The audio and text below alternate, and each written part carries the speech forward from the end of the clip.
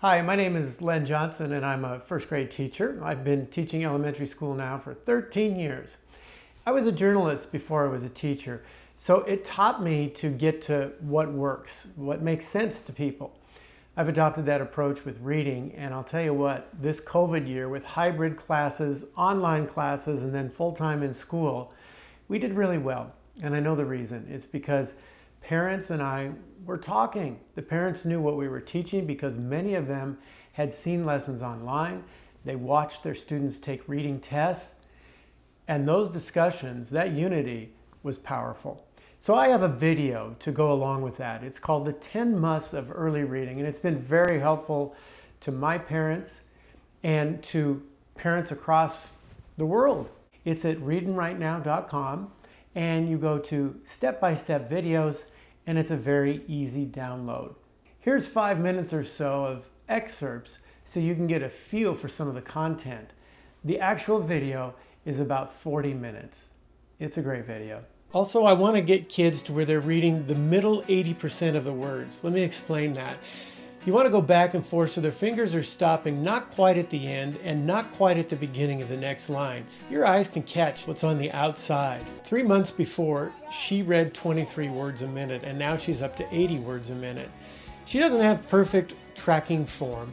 Her hands aren't flat and moving smoothly, but she has rhythm with her hand, her dominant reading hand, and that's great when she reads. Also, her free hand is playing a little bit, but it's not running the show. It's gently moving around, letting the unconscious part of her brain drift while her focused part that's connected to her reading hand is moving along that print. And I'll just mention orientation. Orientation is what the child is doing when the book first comes to the desk or wherever they're sitting, or the text. Are they looking at it? Are their hands up on the desk? Are they involved in the text like a batter in the batter's box? You want to get them right to that title, right to that text. So you want to go A, B, K, D, E, F, G. And on G, we use what's called a hard G sound. That's the predominant G sound. And then you teach the soft G, or I do, as a rule breaker. Ja, ja, ja, like gym. This is a really huge skill. In kindergarten, those letter sounds are put into a consonant, vowel, consonant pattern. And I often teach this different ways. But these words are called nonsense words, and they're arranged in random order so that students can't memorize them. They have to read. In kindergarten, they segment. And in first grade, second grade, third grade, they have to read. Hot. Nice. They're the building blocks to larger words like tambourine.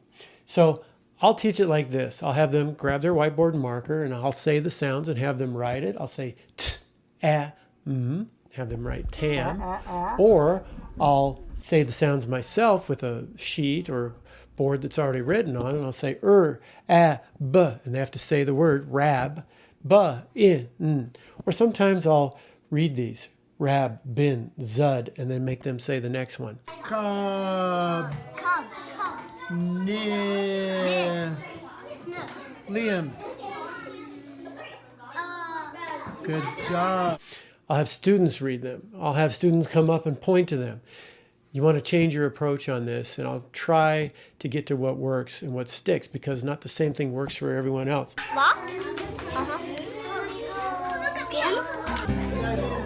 It's a lot easier to read if you just know the word when you see it versus having to sound out a lot of words.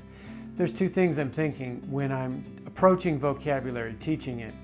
The first is, how do I build a love of words like I have, and how do I pass that along to the students? And the second is, okay, now that I've done that, what am I doing during my actual vocabulary lessons? So, love of words. It may not sound that exciting at first to write down a couple clues on the board and have students guess the word. Regret. That's a tricky word. Did you know what that was before we started? But what makes that exciting is to put students into groups and have them go against each other and maybe write the word down on a little piece of paper after they've discussed it among themselves. What's that rumble? And kids really remember gestures. They stick. When they act out a word, they remember the word. I'll pass out little verses or poems that I've pre-written and start singing them when I hand them to the children. After they've started reading, Then we dive into the pictures and relate it to the text, and that's when I believe pictures become a valuable comprehension tool, but I've learned never to substitute them for reading fluency. But surprisingly, the skills learned in kindergarten through second grade are many of the same skills, comprehension skills, that are learned and assessed in junior high and high school.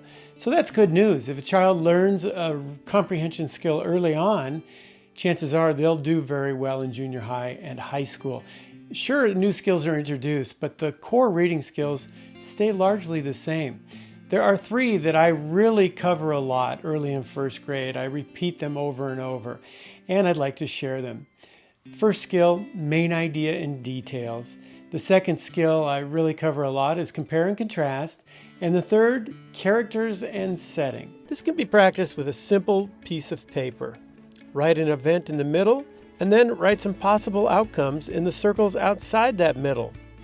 Beyond drawing conclusions, I work on three other comprehension skills regularly: cause and effect, fact and opinion, and a deeper understanding of main idea and details. When they read, just remember to give them the word after about 2 seconds. You don't want to make them wait too long, because that's how the test is. They give them the word after a couple seconds if they miss it. So it's like this: Jose's parents and you would say bought. Fluency tests, skills, multiple choice. I think your child should be ready now to read and answer questions about it. Good luck.